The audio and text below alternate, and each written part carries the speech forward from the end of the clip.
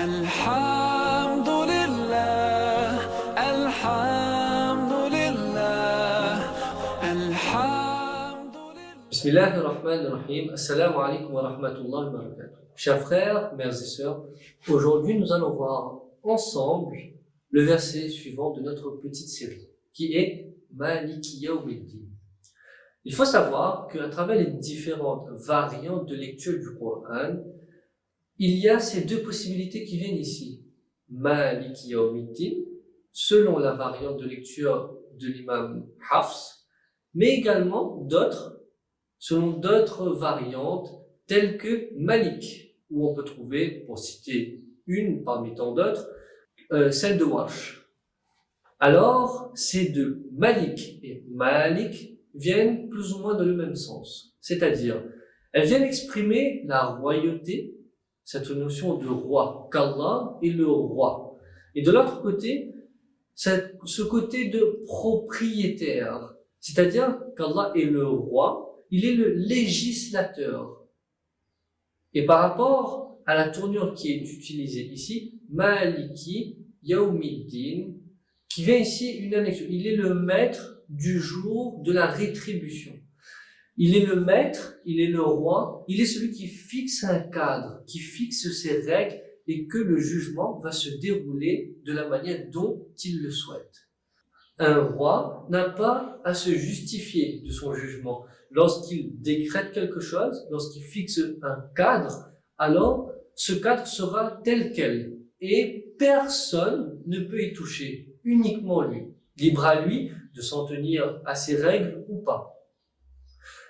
De l'autre côté, cette qualité de propriétaire vient nous rappeler à nous que nous sommes ses serviteurs. Nous sommes ses serviteurs et en étant serviteurs, nous devons suivre le cadre établi dans notre vie de tous les jours qui est fixé par le Coran et les ahadiths, c'est-à-dire la sunna du prophète sallallahu alayhi wa sallam.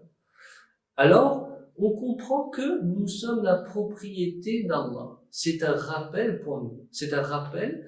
Et aussi, bien au-delà de tout ça, c'est un moyen de se souvenir que tout ce que contient ce bas monde appartient à Allah.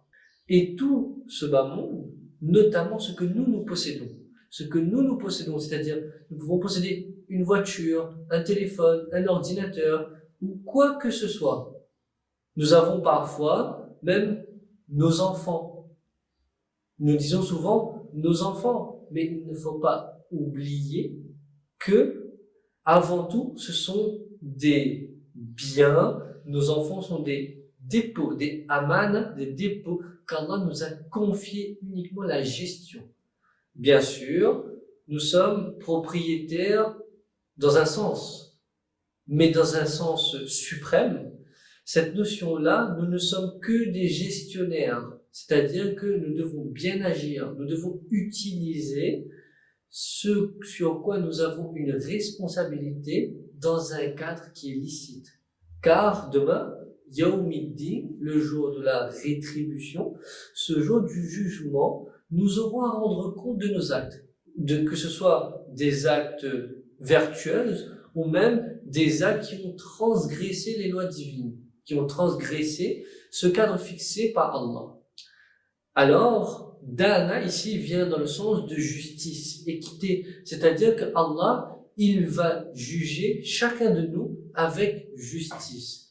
Et cela, il faut bien s'en souvenir que ce n'est pas nos actes qui vont nous mener à notre réussite, mais c'est uniquement par sa miséricorde que nous allons pouvoir être acceptés par Allah. وآخر دعوانا أن الحمد لله رب العالمين. فالمعالي بالتحدي لا سواه كن سعيدا كن فريدا عش بفخر في الحياة لا تبالي فالمعالي بالتحدي لا سواه